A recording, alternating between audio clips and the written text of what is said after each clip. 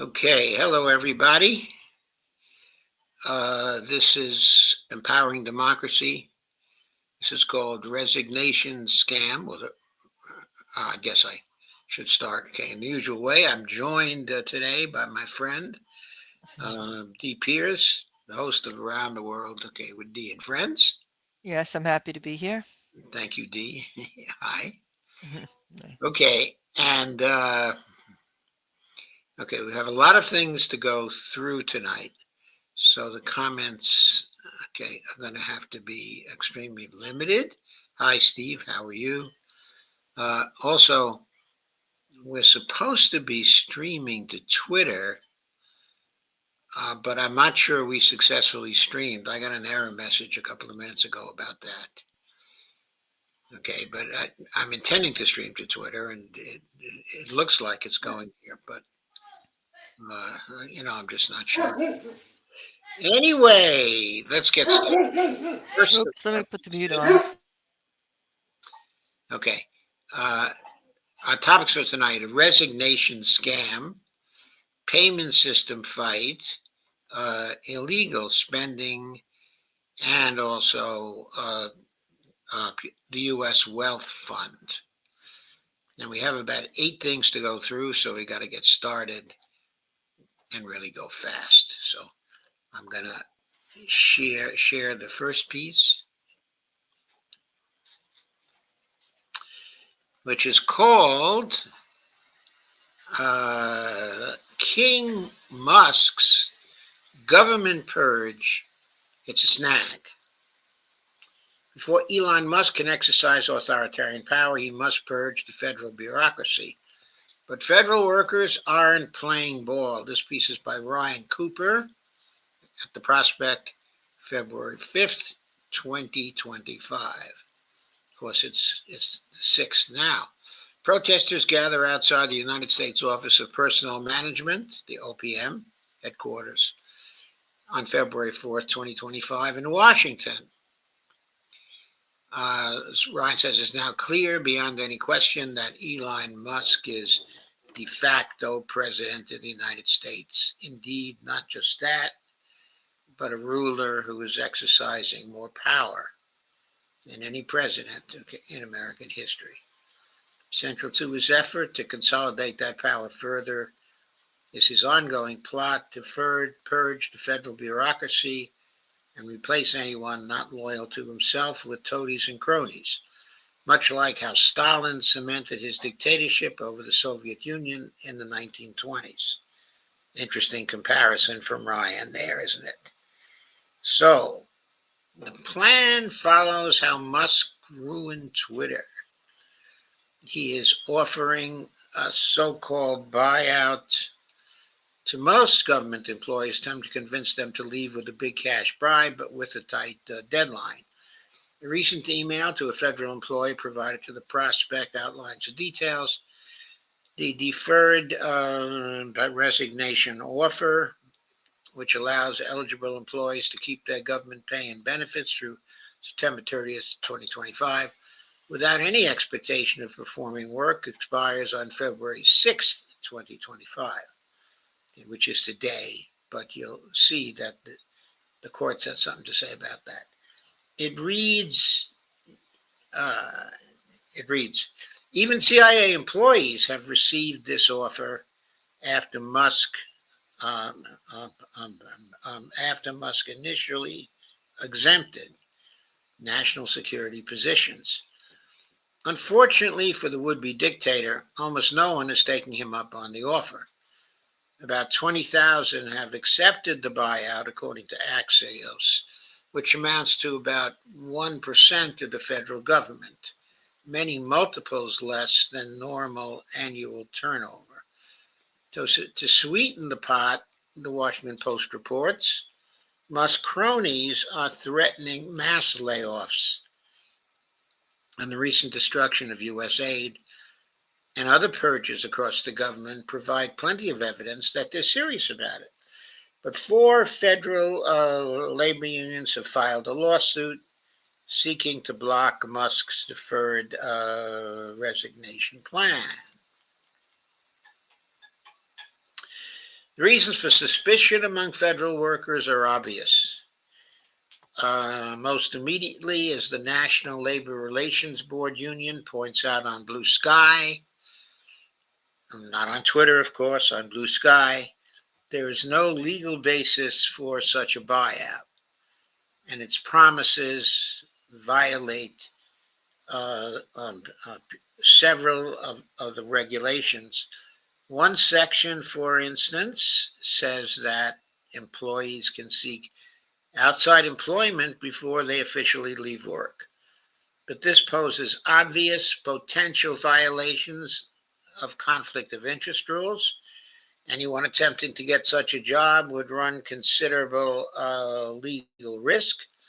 More practically, with no legal basis for the agreement, there is no guarantee the promised wages will actually be paid.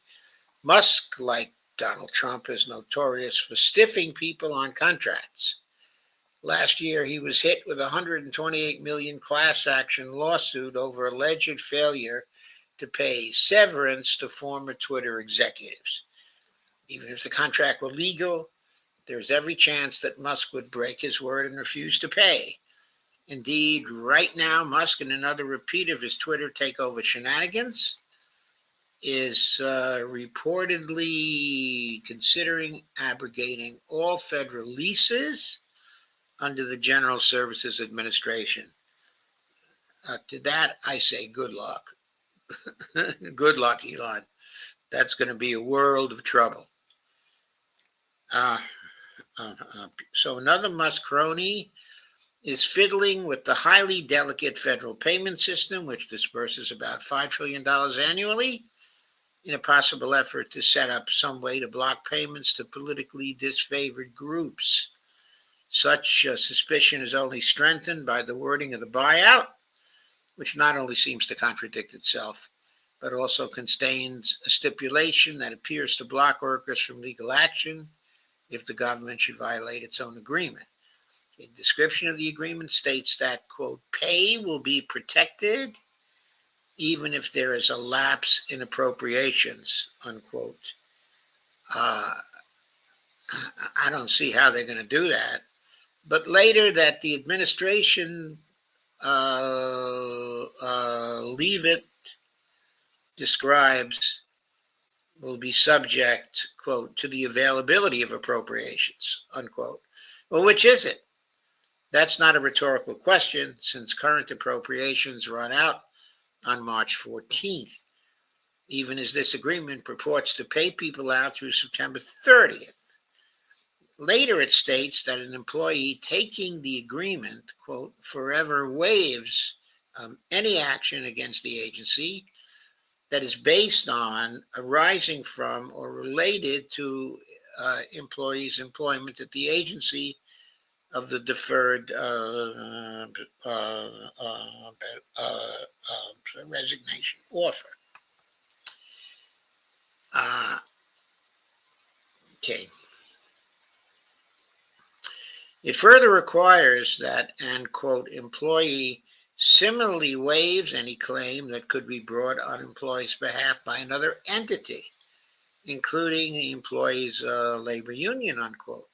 As the NLRB union concludes, quote, essentially, it would be nearly impossible to enforce this contract against the agency in the event of a breach or violation of its terms by the federal government,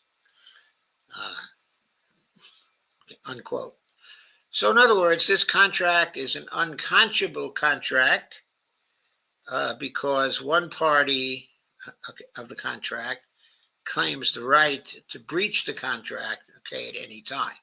So, more broadly, as my colleague David Dayan points out, the entire buyout idea flagrantly violates both federal employment law and the union agreements at federal agencies. There are elaborate rules about hiring and firing federal workers, having to do with position, seniority, also ethics, political influence, and so forth. This isn't like some Silicon Valley startup where workers can be fired en masse on a whim. One of the reasons, federal workers who are generally highly educated and skilled and could probably get more money in the private sector if they wish, take these positions as job security. Elon Musk is trying to burn that promise to the ground. In short, you'd be a fool to take this deal. It's both wildly illegal and almost certainly a lie. All this is why unions have filed their lawsuit. Musk's quote, a buyout unquote offer is so wildly at odds with federal law and regulations that any honest judge would rule in their favor practically automatically. Whether the Trump appointees filling the Supreme Court will do so, of course, is another question.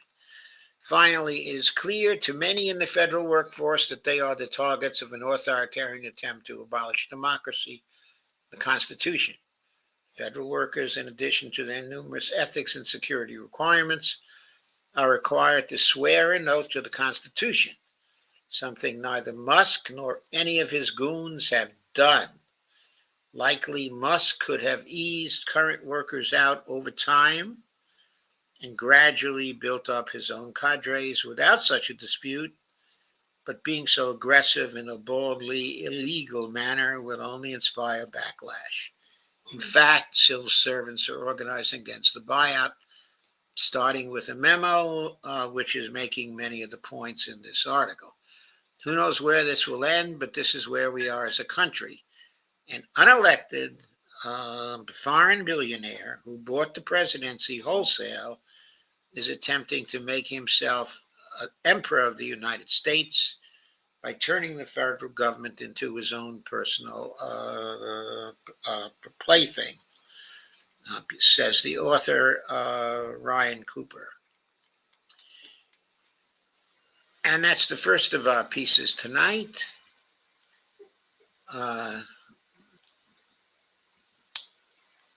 Yeah, that was good. I mean, it's right on point. It is right on point. I didn't have a chance to share this on Facebook earlier, so I'm going to share this right now. Okay. I say hello, Steve Wolfbrand is here. It's good to see Steve Wolfbrand. Yes, Steve is here indeed.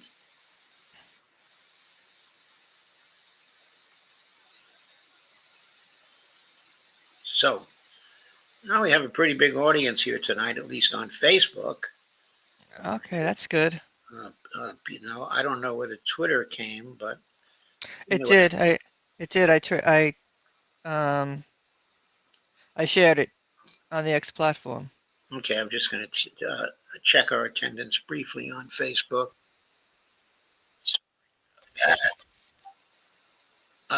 According to the indicator here, there are 532 people here, okay, on Facebook.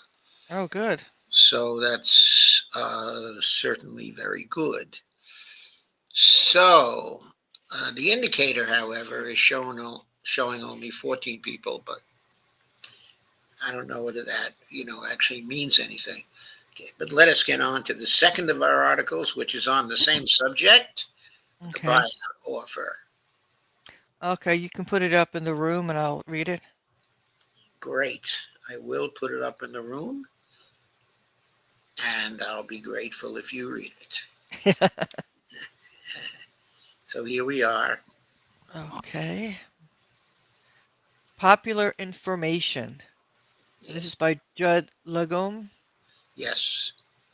February 5th of 2025. And Update. The deferred resignation scam. indeed, the deferred resignation scam. Last week, Popular Information broke down the, quote, offer that the Trump administration was making to millions of federal employees to induce them to resign voluntarily. The Trump administration wanted federal employees to believe that if they agreed to resign effective September 30th, they would receive their full pay until then and not have to work for the next 8 months. Elon Musk, who engineered the deal through the Office of Personal Management, OPM, claimed on X that, quote, those deciding to take the deferred resignation deal can do anything they want for the next 8 months and are not required to work at all whatsoever. Many media outlets amplified this false narrative. The offer was widely reported as a quote buyout, even though it did not include a lump sum payment or terminate the federal employee's work obligation. The fine print of the deal, which at the time was detailed in an email and a series of online frequently asked questions, made it clear that the employees could be required to work until their official resignation date. This means that federal employees could be agreeing to resign in exchange for nothing. So far, about 20,000 federal workers, approximately 1% of the federal workforce, have accepted the offer, a Trump administration official told Axios. In a typical year, about 6% of the federal workforce turns over. So most of those accepting the deal may have been planning to quit or retire anyway. The administration was hoping to convince 5 to 10% of federal employees to resign. On Monday, 2 days before the offer expires, OPM released a new memo and a contract providing more specifically about the terms of the deferred resignation agreement. It is even worse than it initially appeared. Federal employees agree to resign. The federal government agrees to do whatever it wants. Lovely. And what a great contract. I know, right? Two-sided, two-sided. The most important part of the contract released by OPM is Section 13. It states that the federal employees who accept the agreement waive their right to enforce the agreement in court or in any other forum. Employee forever waives and will not pursue through any judicial, administrative, or other process any action against agency that is based on, arising from, or related to employees' employment at agency or the deferred resignation offer, including any and all claims that were or could have been brought concerning said matters. This waiver, including all claims employee may have under the Age Discrimination in Employment Act.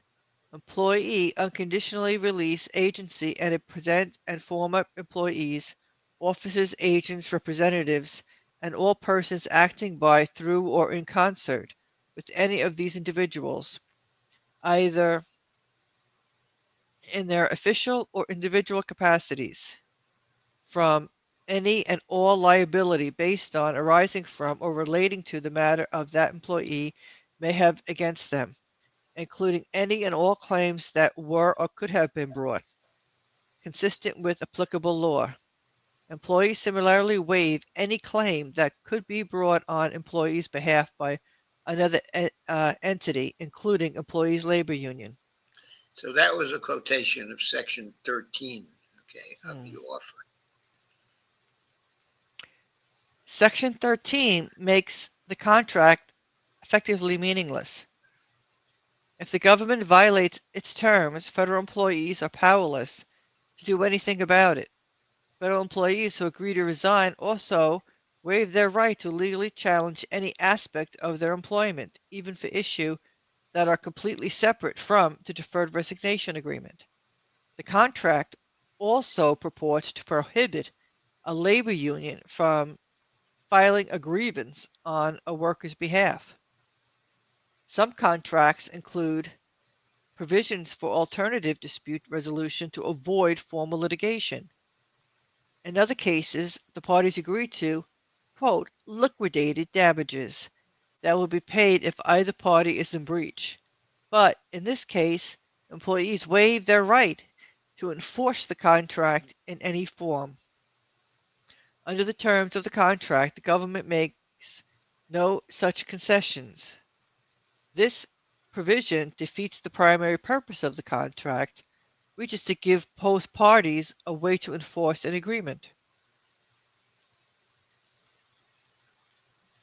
Federal employees who accept the deferred resignation agreement can be required to work indefinitely.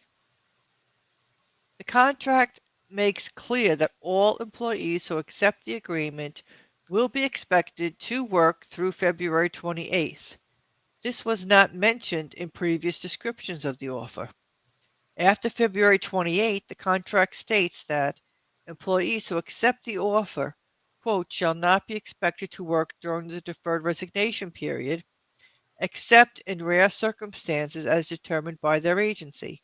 The contract does not define rare circumstances, nor have agencies nor how agencies will determine whether an employee needs to continue working. The idea that it will be, quote, rare for an agency to determine that it is essential for a federal employee to continue working is based on the false assumption that most federal employees are not doing important work. Agencies are not going to allow federal workers to be placed on administrative leave while food is not being inspected, parks are understaffed, and questions about Social Security benefits go unanswered. The memo accompanying the contract says it is expected that, quote, most employees will transition their duties and be placed on administrative leave for the bulk of the deferred resignation period. This is an acknowledgement that an unknown percentage of employees who accept the agreement will continue to work. The decision to place an employee on administrative leave, according to the memo, remains with the agency. It's crazy. Yes, it's absolutely crazy. Okay, there's a short piece here. Last week started a new publication. The name of it is Musk Watch. NPR covered our launch here, and there's a link to that. It features accountability journalism focused on one of the most powerful humans in history. It is free to sign up, so we hope you'll give it a try and let us know what you think, and so you can subscribe to it from here. Okay, please go on, Dee. Agencies can rescind the deferred resignation at their sole discretion. The new OPM memo states that, quote, were the government to backtrack on its commitments, an employee would be entitled to request a rescission of his or her resignation. It is unclear how this would happen, since the government is not committing to do anything in particular, other than exempt workers who agree to deferred resignation from return to office policies. But Section 10 of the agreement makes clear that, quote, this agreement cannot be rescinded except in the sole discretion of the agency head, which shall not be subject to review at the Merit System Protection Board or any other forum, and waives all rights to challenge the resignation before the MSPB or any other forum. So a federal employee could, quote, request a rescission, but there is no obligation under the contract for the agency to agree to that request. Boy, that's the worst contract I ever saw in my life. Same here. Never seen anything so bad as this contract. Okay, but there are some people accepting it. Like as was said, there are 20,000 people who are accepting it. And in one of the other articles, I think I seem to remember the number had risen to actually 60,000 people. I can't believe that 60,000 people, which is 3% of the workforce, was so stupid as to accept this. But there it is. But the one thing that was in that article, it talked about people were planning on leaving anyway. Yeah, Every year they have like the turnover, but yeah, they were, and this the amount of people that accepted it is smaller than what they really want. yeah. It is smaller than what they want so far. Right. Okay, but of course they set the deadline of February 6th. But it will, as we shall see in just a minute, the courts had something to say about that. So I'm going to share this one. Let me share this one. Share. And this is from Common Dreams. The title of it is hands off our democracy, fork off Trump. I'm sorry, Musk. Fork off Musk is on the sign, but that's not really the title. That's just a sign. Judge temporarily blocks Musk lab, quote, fork, unquote, offer to purge federal workers. Quote, proceed with caution, unquote, Congresswoman Ayanna Pressley urged federal workers, quote, talk to your union reps, know your rights. I know at least one person who is unlikely to have talked to uh, his um, uh, his union reps.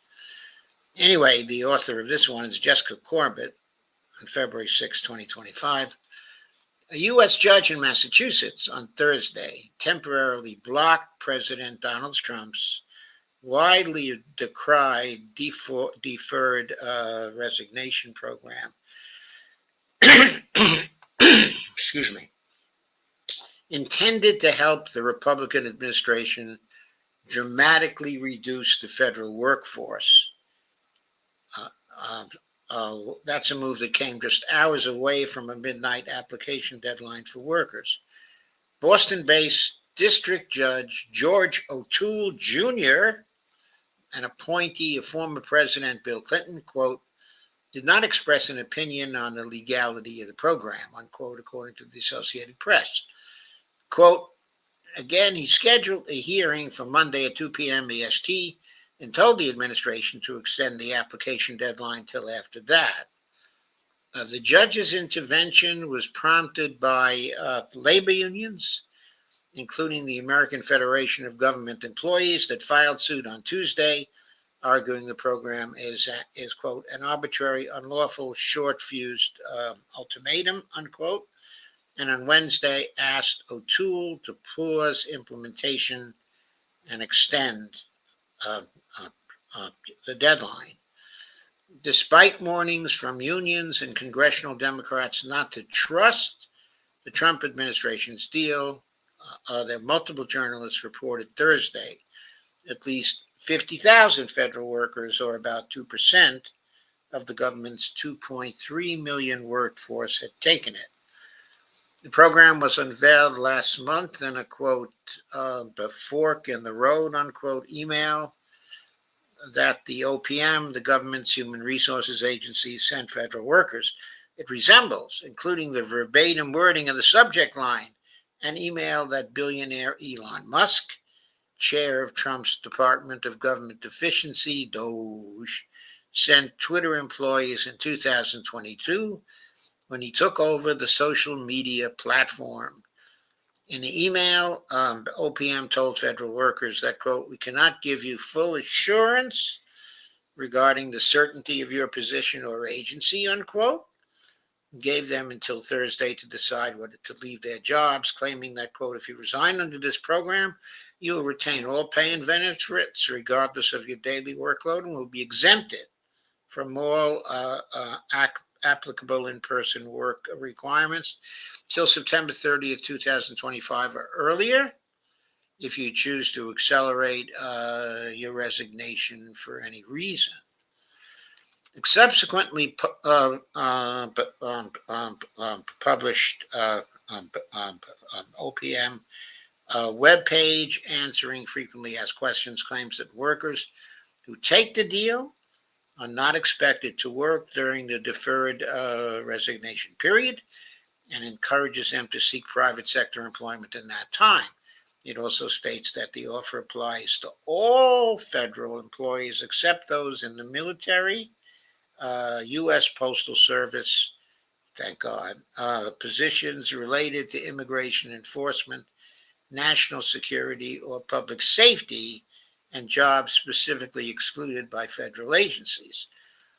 Although the Internal Revenue Service does not appear on that list, Federal News Network reported Wednesday that some IRS employees who accepted the resignation offer, quote, are now being told they must stay on the job through May 15th because the agency has deemed their work essential, quote unquote, to this year's tax filing season.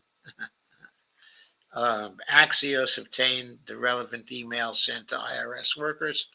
Quote, but not only is this a clear case of bait and switch, they were originally told they would be paid to not work through September 30th, but it proves that the terms of OPM's so-called offer are unreliable and cannot be trusted, unquote, said Bedorian Greenwald, president of the National Treasury Employees Union, the NTEU, which represents IRS workers, in a statement to the media outlets.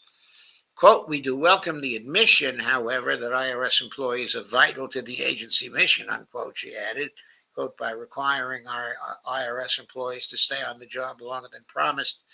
The administration is proving what NTEU has been saying all along. IRS employees are essential, and without them, the jobs that the American people depend upon will not get done. In the case of the IRS, it's answering taxpayer questions during filing season, processing tax returns, and issuing refunds. But this holds true for frontline federal employees across government who safeguard the public health, who promote economic growth, and secure the nation. If their jobs are arbitrarily eliminated, those services are in jeopardy, unquote.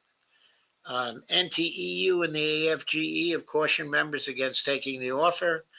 The latter union is circulating a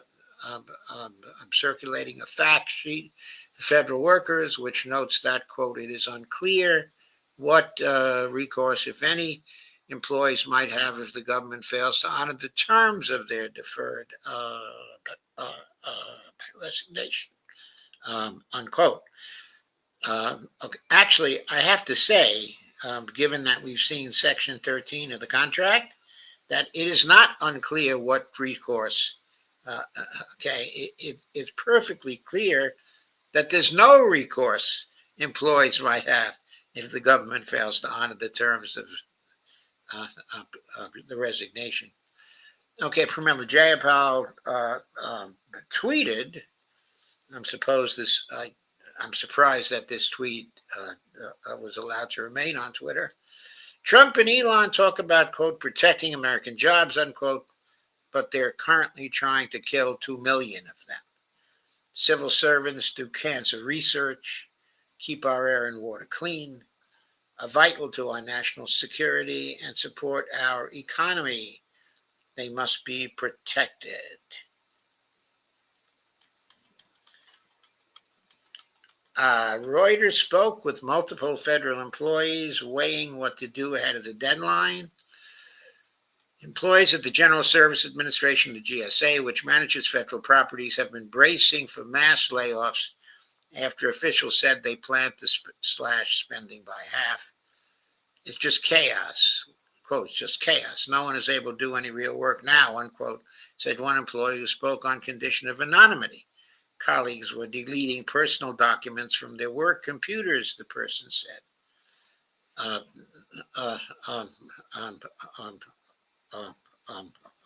Another worker at the National Oceanic and Atmospheric Administration, who also asked not to be named, said the mood inside the agency was one of fear and confusion. But staff think they will likely lose their jobs whether or not they accept the offer, the person said.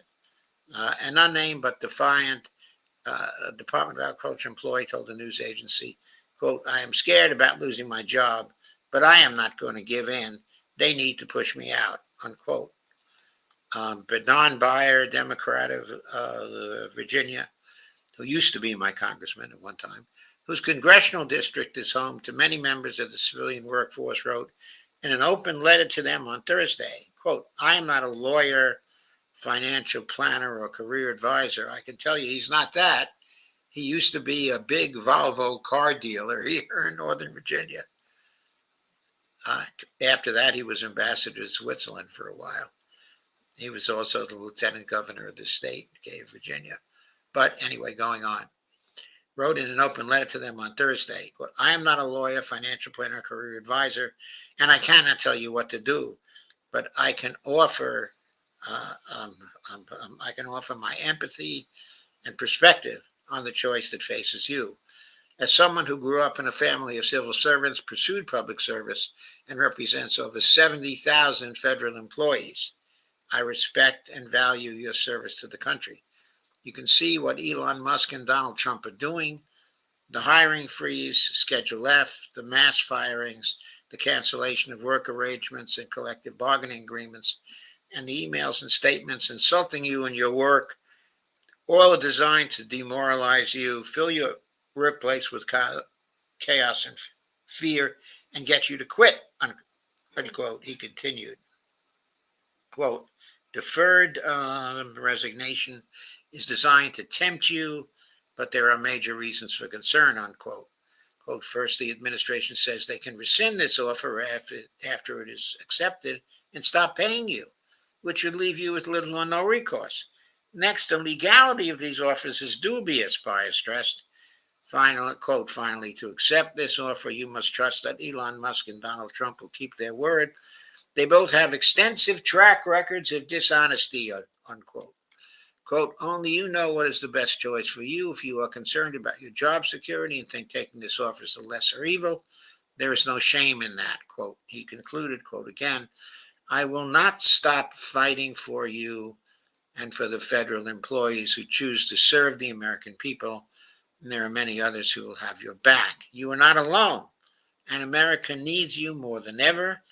Sharing resources for workers on social media Thursday, Congresswoman Ayanna Pressley, the Democrat of Massachusetts, who, by the way, is one of the original squad members, similarly said, quote, if you're a federal employee who received Trump's, quote, fork in the road, unquote, um, um, the memo, proceed with caution.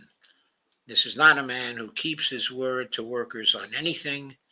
Talk to your union reps, know your rights, unquote. And there's more to the story, but we are short of time, so I'm going to scroll through it. Oh, former Twitter workers are also speaking out and telling what their experience was. Within hours of acquiring Twitter, Musk had fired its top executives. Within days, he laid off around 3,500 employees, about 50% of the company's total staff. Ultimately, it trimmed 80% of Twitter's workforce, demanding everyone return to the office, and often required employees to work far more than 40 hours a week. Musk's Doge, with its goal of cutting potentially trillions of dollars out of the federal budget, is making similar cuts throughout government. The United States Agency for International Development appears to be in the process of shutting down. Two courses told CNN the Office of Personnel Management was directed to eventually cut as much as 70% of its workforce. The General Services Administration was told to present proposals to cut 50% of business expenses, according to multiple sources with knowledge of the situation. Network noted that Yao Yu, former principal software engineer at Twitter, recently wrote on X, quote, as someone who went through an eerily similar episode of hostile takeover that also played out in public in real time, I want to tell all the federal workers, quote, I'm so sorry this is happening to you. I know how this feels, unquote. And here are some of my learnings, unquote. Quote again, take care of each other. Record things safely, she advised. Quote, stay calm and carry on. Don't comply without question. Don't fold over in advance. You will survive if you band together with your trusted coworkers, family, and friends. You are not alone. Tell us what you need. We will get through this together, unquote. An inspiring message, I think, from some people. I'm going to sort of take a quick look over at the comments. It's an attack on working Americans for sure. Okay, let's go to the next piece. And of those three pieces are about the offer. Okay. The next piece is about the attack on the payment system. And it's from Nathan Bertankis again, who we've Okay. been following rather closely. I will put it up on the screen and Dee will read it. Yes. Okay. So, okay, this is the second update or the update, okay, for today. The second block he posted, okay, today. And here is the title. Okay. It's February 6th, 2025. Afternoon of day 7 of the Trump-Musk Treasury Payments Crisis of 2025. Treasury Secretary Bassett's lawlessness and sorry readers, read and write code still seems in play. Okay, to explain that, as of yesterday, there were still claims getting made by the government uh, that all uh, the Doge employees uh, had been given was the privilege, okay, of reading the databases, but not, okay, of writing. Uh, okay, yesterday, okay, it was reported by Nathan that this was untrue. Okay, they had um, um, um, uh, they had access to writing. Okay, so now let us go on with the rest of the article. Update 4:21 p.m. Marco Elez has resigned. Wall Ooh, Street Wall Street Journal claims it was over. Quote, racist posts. Obviously not true. Wired, Turning Points, Memo, and I got him. Need to rest. More tomorrow. okay, No, notes on the crisis pivoted over the weekend into around-the-clock coverage of the Trump-Musk Treasury Payment crisis of 2025. If okay. you He's got a bunch of links to various parts here. if Okay, you are let's skip this section and okay, go to the reading because uh, it's just a formal thing okay. that he's stating. It's good to read it, but we are uh, short of time, so I'm going to skip all this. Okay, please go ahead at this point through my Uh, reporting. Through my reporting, it has been clear that quote read and write and read only are phrases that are being used in many conflicting ways, and that the Trump administration, Deutsche, and Elon Musk are using this to their advantage. There is, quote, read and write code access and, quote, read and write data access. Differences are essential, and it is essential that any injunction for, quote, read only access at the very least apply to both data and code. Yeah, I think that's an important point because, of course, people were seeking an injunction from the court to stop the participation of the Doge employees. Okay, keep going, D. Okay, this only connects to my reporting this morning. I had very little time to write up the story and get full approval from my sources, who always have full approval since they are the ones at risk, which which meant I had very limited time to get advice from experts, or frankly, to take a breath and do some slow thinking. Having spoken to a number of sources unfamiliar with the situation since my reporting came out, it is now clear that my sources do not yet have information on whether or not Marco Eliz can change code in these higher sensitive systems. Quote, insert only permissions only apply to database access and tell us nothing about code access.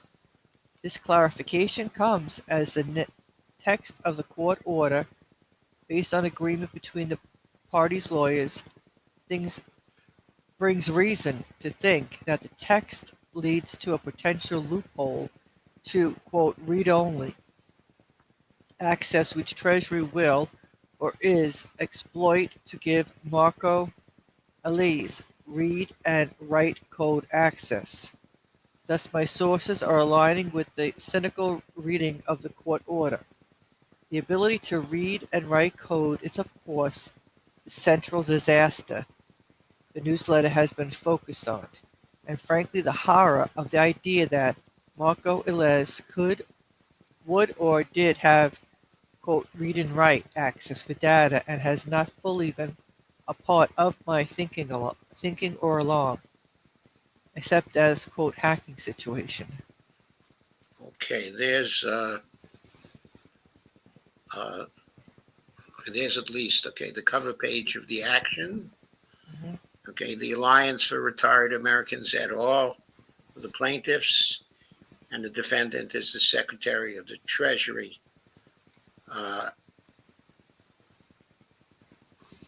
And the order is with consent of the parties, the court defers ruling on the plaintiff's uh, um, um, motion for a temporary restraining order, and orders, okay, as follows. Okay, so here's something to explain. Okay, the order applied to the Bureau of the Fiscal Service, okay, within the Treasury Department. Now, there were two Doge people who were appointed as special government employees to the Department of the Treasury. And the other one is Marco Ellis. He was appointed as a special government employee.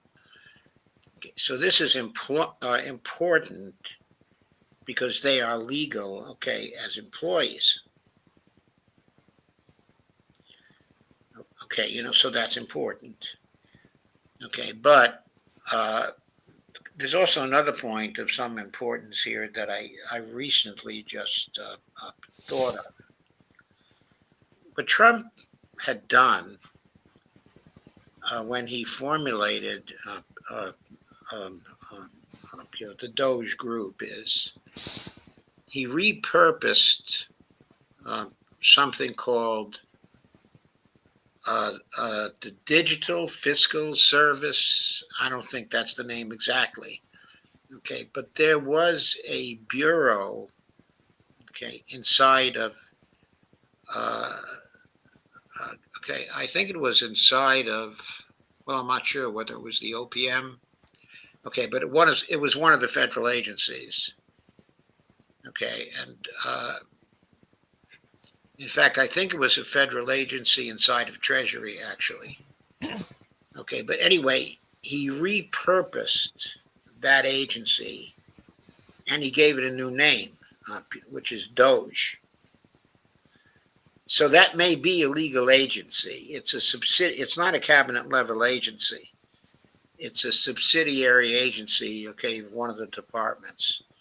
I think it may be the Treasury Department, okay, but it doesn't have to be the Treasury Department. But the point I'm trying to make here is I used to think that Doge was just a set of advisors to Trump, okay, and didn't have any other status, okay, but it appears that some of the employees of Doge at least are government employees, as these two were.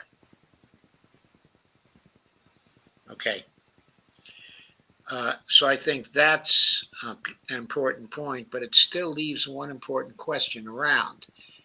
And that question is, do these two employees have security classifications they need to legally access the special payment system, okay, or the Treasury Payment system? Okay, I still think this whole thing could be illegal, or their access could be illegal, because it's not enough for the Treasury Secretary to give them access, or for the person who's the acting director of the Bureau of Fiscal Service to give them access. Okay. When people are brought on, they have to have to do certain things, they have to have a security classification. And if they don't have a security classification, they have to wait to see material that's highly classified. The databases we're talking about here are very highly classified. And I don't see how Tom Cruise, and Marco Elias, Tom Kraus, I should say, and Marco Elias could have gotten a security clearance within 2 weeks' time. So I'm saying I still think their access to the database, is illegal. And I'm waiting for one of the lawyers to think this through, and to come up with it. Anyway, the whole court order is here. I'm not going to read the whole thing. You already have the sense of it. Okay, but please go on with this, Dee, now. Okay. So, what's the issue? The wording of the court order for Marco Elias to have, quote, read-only access is ambiguous. Specifically, it says, Mr. Marco Elias, a special government employee in the Department of Treasury, as needed for the performance of his duties, provided that such access to payment records will be read-only. Emphasis added. Records are data, which means that a cynical government lawyer may approve, read, and write access for code on the grounds that Marco Elias is only barred from modifying or adding new data to payment records directly rather than indirectly through editing source code. The plaintiff's position would, of course, correctly claim that, quote, read and write code access is a violation of this order as written. Nevertheless, the possibility is extremely concerning. And remember, quote, read-only code and data access is still catastrophic. Right. Okay. And as Nathan said, in an earlier blog, read-only code and data, was classified as catastrophic by him. But read and write code and data was classified by him as apocalyptic. Yes. Absolutely catastrophic. So it's still catastrophic, it may not be apocalyptic. Mm-hmm. All this comes as CNN and other outlets confirm that some of the worst case scenarios I was worried about are true. The truly bizarre and shocking story confirms Talking Points memo reporting regarding already putting code into production to stop payments. TechDirt had a very good discussion based on Wired's and TPM's reporting. However, it goes well beyond that. The entire story is worth a full and complete read, but I will quote the sampling of extremely alarming statements. 4 days after Donald Trump's inauguration, Elon Musk's top lieutenants at the Treasury Department asked its acting secretary, a career civil servant, to immediately shut off all U.S. aid payments using the department's own ultra-sensitive payment processing system. Quote, what we would like to do is, to the extent permitted by law, temporarily pause the automatic processing of payment files from a U.S. aid division called Health System Strengthening. Treasury Secretary of Staff Katz wrote. Katz also wrote the Cross Musk's deputy at Treasury should be given access to the payments system so he and his team could take action. Some of the administration's plan, Katz added, included immediately pausing all payment files still in the key and letting Krauss and others look at individual payments certified by USAID for the healthcare systems. The State Department could then look closer at the payments through USAID, Katz added. Quote, there are also practical and personal liability issues that may come into play, Liebrecht wrote, copying a lawyer from the Treasury Department's General Counsel's office. But Krauss, the special hire from Deutsche sent to the Treasury, was undeterred. Quote, I would also recommend you consider an equal alternative liability, he wrote to Liebrecht. Initially, Besant didn't give Krauss and Deutsche any limitation on its access to the system, which Liebrecht opposed, according to a source familiar with the exchange, emphasis added. This is among the worst case scenarios I wrote about on Monday, including in Rolling Stone, outside of a total system meltdown.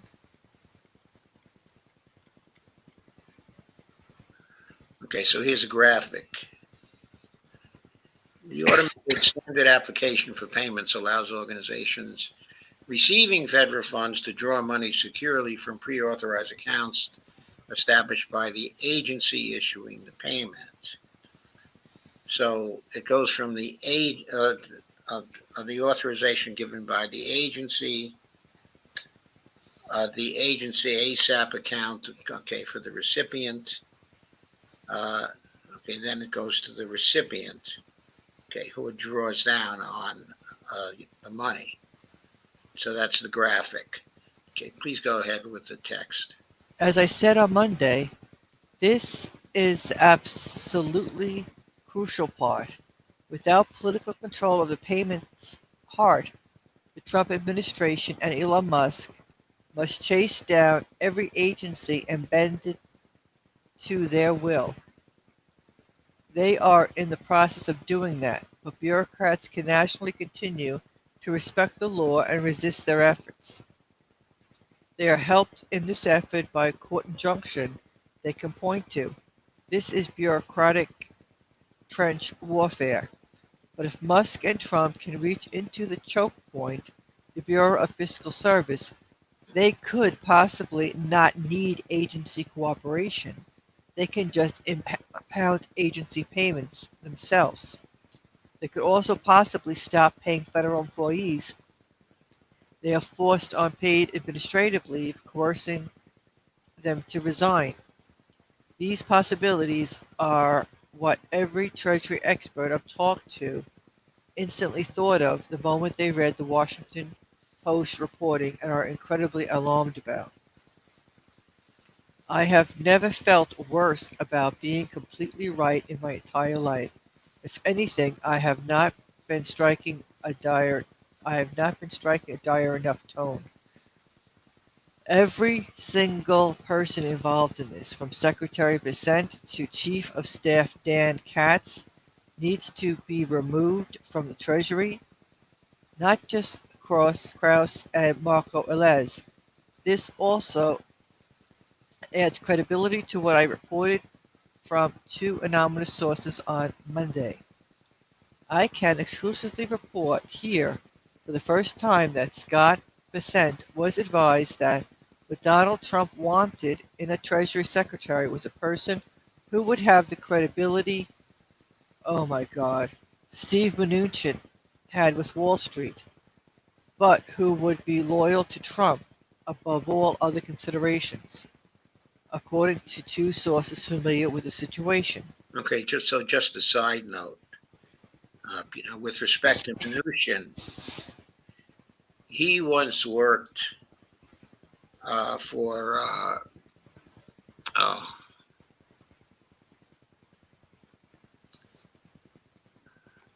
okay, that note has slipped my mind. So let us go on. I know, I was thinking the same thing. I can't think of what it was, but it was crazy. Same thing, huh? Yeah. Okay.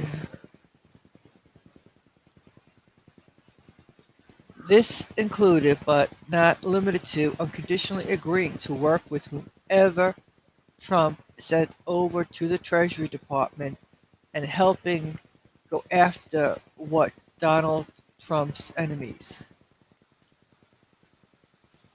No outlet has even mentioned that I reported this because of how explosive it is. They will only mention my reporting if they receive independent corroboration.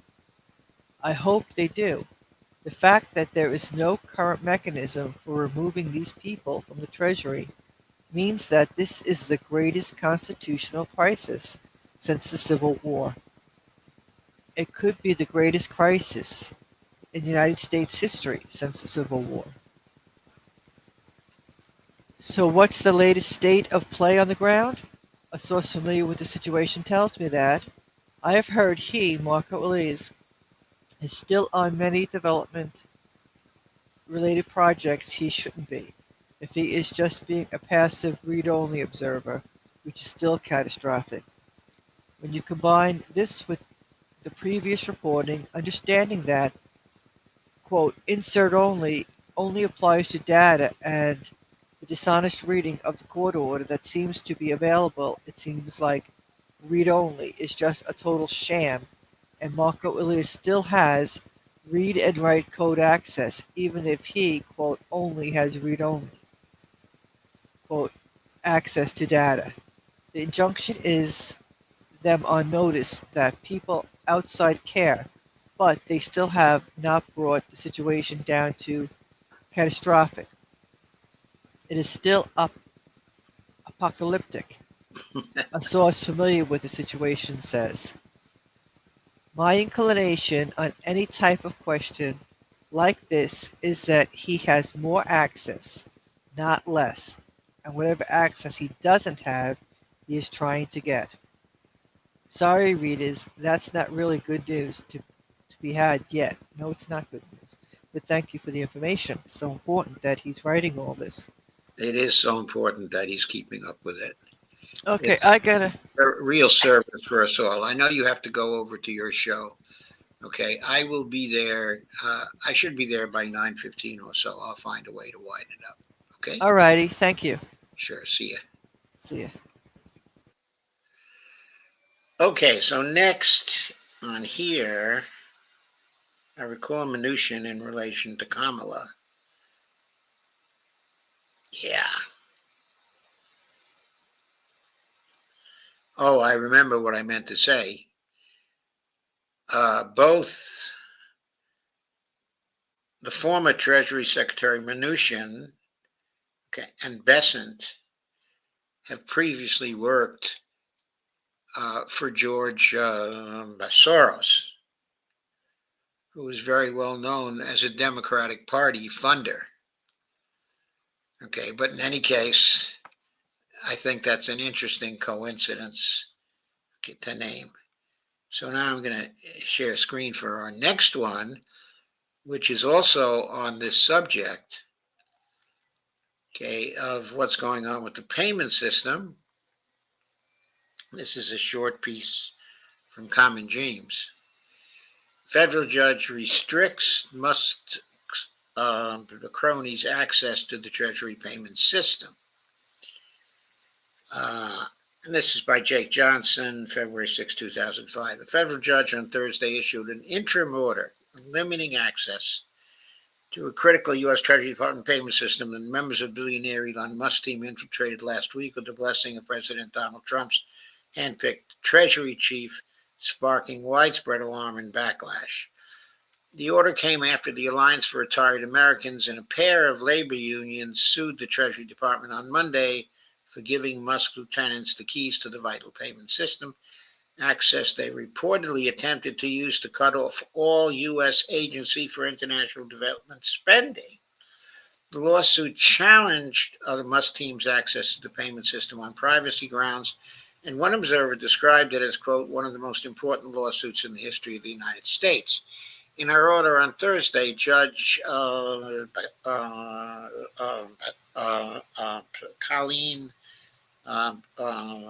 Collar Cotelli of the U.S. District Court of the District of Columbia restricted, quote, access to any payment record or payment system of records maintained by or within the Bureau of the Fiscal Service, unquote, to a select group, including Tom Kraus, okay, and Marco Velez, both of whom have ties to Musk's Department of Government Efficiency team and regular Treasury Department employees. The attorney for the U.S. Justice Department said during a court hearing early this week that Kraus and Velez were made, quote, special employees, unquote, of the Treasury Department. Critically, the federal judge's order limits Kraus and Velez to, quote, read-only, unquote, permissions, meaning they can view records and data, but they can't make any changes. Writer and researcher Nathan Tankus reported Thursday that Velez, a 25-year-old engineer who previously worked for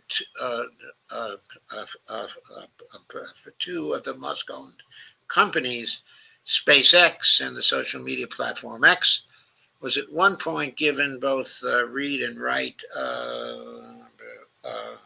privileges. One unnamed source familiar with the situation told Tankus that Velez, quote, shouldn't have access to this almost $5 trillion payment flow, even if it's read-only, unquote. Quote, he shouldn't even be at fiscal service, the source added. None of this should be happening, and it's only going to get worse the longer Doge is here and the more they learn about what they can do and get away with. Collar Cotelli's order will remain in effect until the court rules on a preliminary injunction motion from the Alliance for Retired Americans, the American Federation of Government Employees, and the Service Employees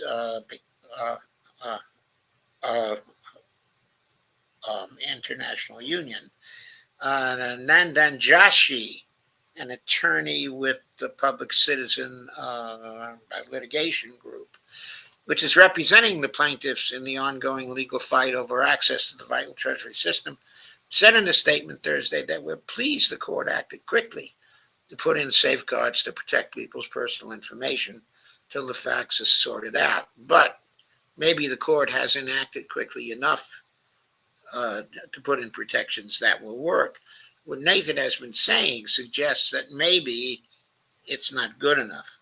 Quote, Americans who rely on Social Security and similar programs should be able to trust their government to handle their sensitive information with the utmost care, unquote, said Joshi. And quote again, no one should ever face having their personal information used for improper purposes without their consent, which is why we've brought this case, unquote. So that's the second of our pieces on the payment system. And we move now to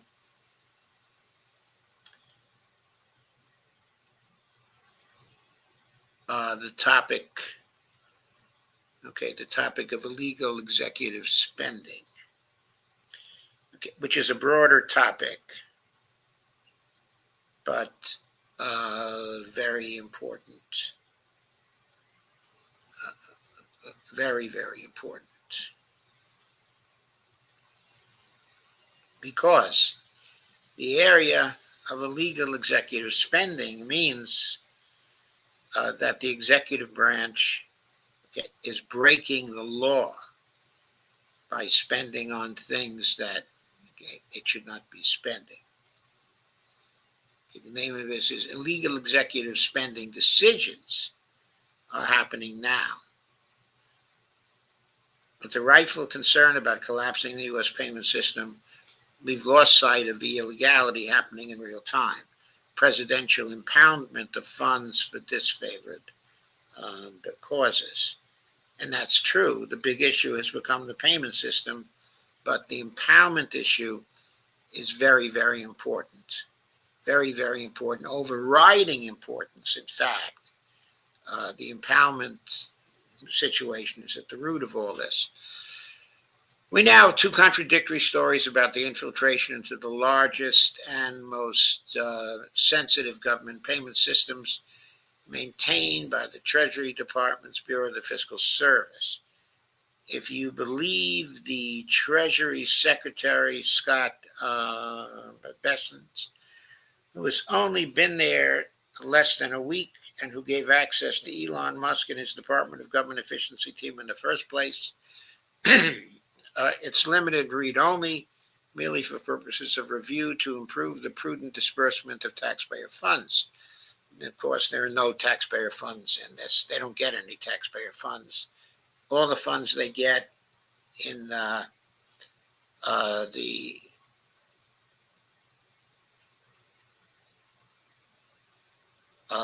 general account of the Treasury general account. Okay, all of those are newly created federal funds. There's no such thing as taxpayer funds in that account. If you believe the people who actually have run the system for years, some 25-year-old former SpaceX employee named Elaz has administrative read-write access to the system, which is responsible for 88% of all payments made by the federal government. And then the author says, Dave Dayan says, I think I know who I believe. According to Wired, Elaz can navigate the file system, alter user permissions, write code, and modify files on the system. Quote, you could do anything with these privileges, said one source.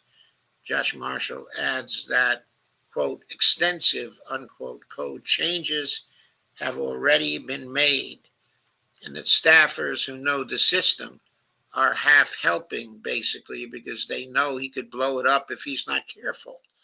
There's a reason Nathan Tankus has been having the drive heaves for the last 5 days. Nathan's update is here, and Dave links to Nathan's update. What's more frightening at the moment is what will be done accidentally. One misstep with code could blow up the ordinary smooth functioning of 4 million payments a day, with dire consequences almost across the board. The testimony in the federal lawsuit gives you some sense of the stakes. A nonprofit in West Virginia with 5 employees, which does nothing but serve individuals in the community with disabilities, getting them to health treatments or the grocery store, building ramps in their homes so they can get around, helping them to live on their own, get 70% of its budget through the Administration for Community Living at the Department of Health and Human Services. They have no cushion or advance payout from the government. They can only draw down to pay immediate bills, total hand-to-mouth type of operation. When the Office of Management and Budget froze all grants, including their funds, within 2 days they had to lay off 3 of their 5 staffers, or 60% of payroll. State grants allowed them to rehire 2 of the staffers, but without the federal funds, they're weeks away from a collapse. If you multiply this by, I don't know, hundreds of thousands or tens of millions, if you're talking about benefit payments for things like Social Security, that's what we're talking about. But it's important to note that the previous example is from an organization that still lacks access to a federal grant, even though OMB rescinded the memo that started the broad pause on such grants, and even though there are now 2 temporary restraining orders on that conduct. Just yesterday, D.C. District Court Judge Lauren Ali Khan issued the second order days after she issued an administrative stay in the case. In that order, Ali Khan sets White House Press Secretary Caroline Leavitt's comment that the funding freeze was not rescinded along with the memo, and highlights numerous entities that still cannot get funding that was clearly appropriated by Congress and approved by the particular agency. Quote, the funding pause remains in effect, at least for some recipients, despite OMB's rescission of the memo. Ali Khan writes, quote, destroying the paper trail of allegedly illegal activity means nothing if the activity persists, unquote. We can draw 2 conclusions from this one. When you set something in motion in the federal government, it's nearly impossible to roll it back quickly. And we know from this testimony that even the short-term hiccup in funding has real consequences. People will lose their jobs and services will not be delivered, mostly to the poorest and most vulnerable members of our society. The second inescapable conclusion is that an active empowerment of federal spending is happening across several nodes of the government, In many cases, agencies are deriving separate authority from the OMB memo, from executive orders. This is no less unconstitutional. You can't just stop payments approved by Congress because the president doesn't like the recipient. We know that the vast majority of federal aid has been halted, particularly that which comes from the U.S. Agency for International Development. This includes medical care and food for malnourished children, refugee hospital supplies for war-torn regions, and much more.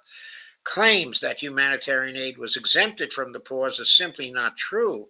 We know that clean energy businesses aren't receiving grants passed by Congress under the Inflation Reduction Act and the Infrastructure Investment and Jobs Act. We know that Energy Department grants intended for historically disadvantaged cities or projects with community benefit plans, including the restarting of a nuclear facility in Michigan, have been stopped. We know that electrical vehicle charging station grants have been stopped. This is all completely illegal. Elon has boasted of shutting down certain payments through his takeover of the payment system, though that's probably, simply bloviating. It's also terrifying as it carries the threat of mucking up the payment system in ways that could destroy the country. But we're not in a theoretical place when it comes to payment to disfavored causes and organizations. They are doing this now in the open, in plain view of everyone, and in so doing, usurping the power of a co-equal branch of the government. I recognize well the need to focus on immediate threats, but the payment system crisis has put the matter of active empowerment into the background. Trump and Musk are seeing what they can get away with where they face opposition. Numerous conservative Supreme Court justices do not agree that the president can pick and choose which spending to honor. But what if they never get the opportunity to rule on it? The lawsuits to immediately enjoin improper access to the payment systems are incredibly important. But we need the lawsuits on empowerment today as well, for the sake of every organization leader sitting around their office making decisions on who they can save and who they can't. I thought that was a terrific article, by Dave Dayen. I'm going to stop sharing it.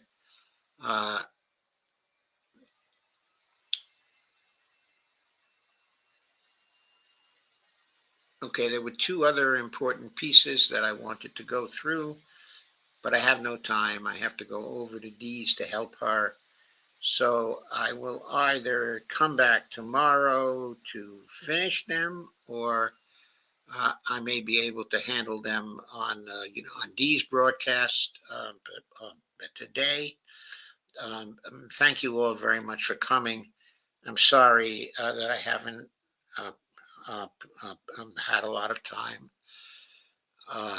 in order to take your comments tonight. I do always like to take your comments, but this was an exceptional situation, and this is my short stream. So I'm going to end the stream now, and I'm going to go over to Dee's and help her.